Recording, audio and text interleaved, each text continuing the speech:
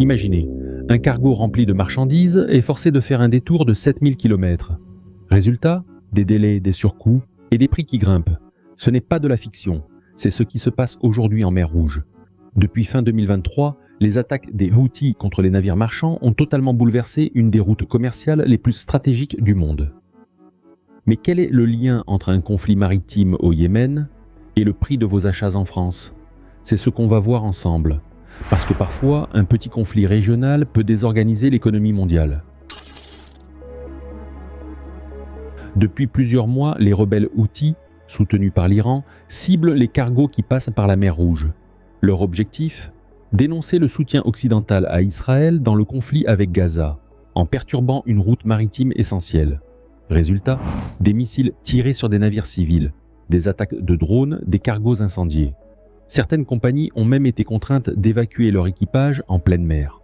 Face à ce risque, la quasi-totalité des grandes compagnies maritimes, Maersk, MSC, CMA CGM, ont décidé d'éviter la zone.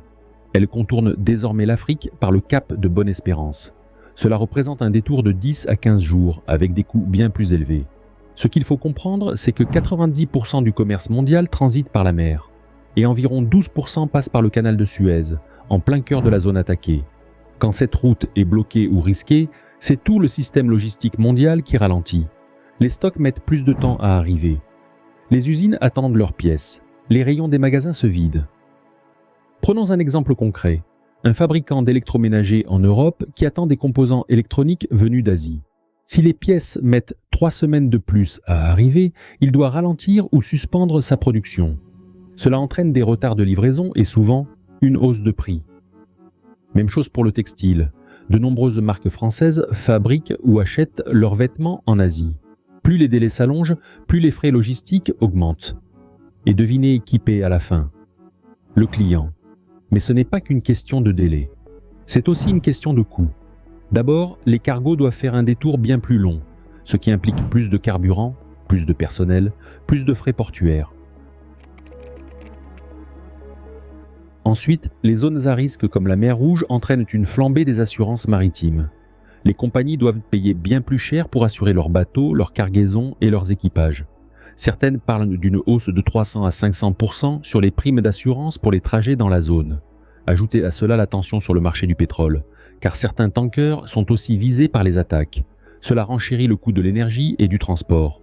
Bref, le coût total du fret explose, et ces surcoûts sont répercutés sur les prix finaux. L'Europe dépend fortement des importations venues d'Asie.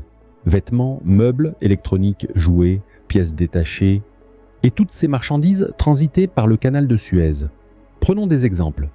Ikea a signalé des retards sur plusieurs produits.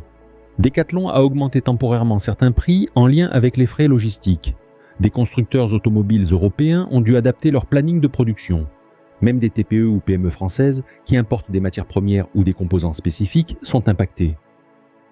Et cela contribue à une inflation importée que l'on ressent dans notre quotidien.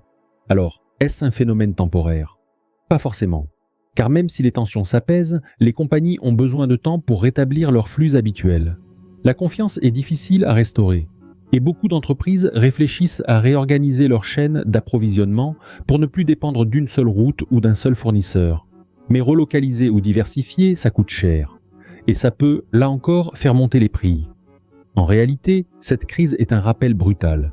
Notre économie mondialisée repose sur des routes maritimes vulnérables. Une perturbation locale peut avoir des effets globaux. Et même si ça se passe à des milliers de kilomètres, c'est toujours dans notre porte-monnaie que ça se termine.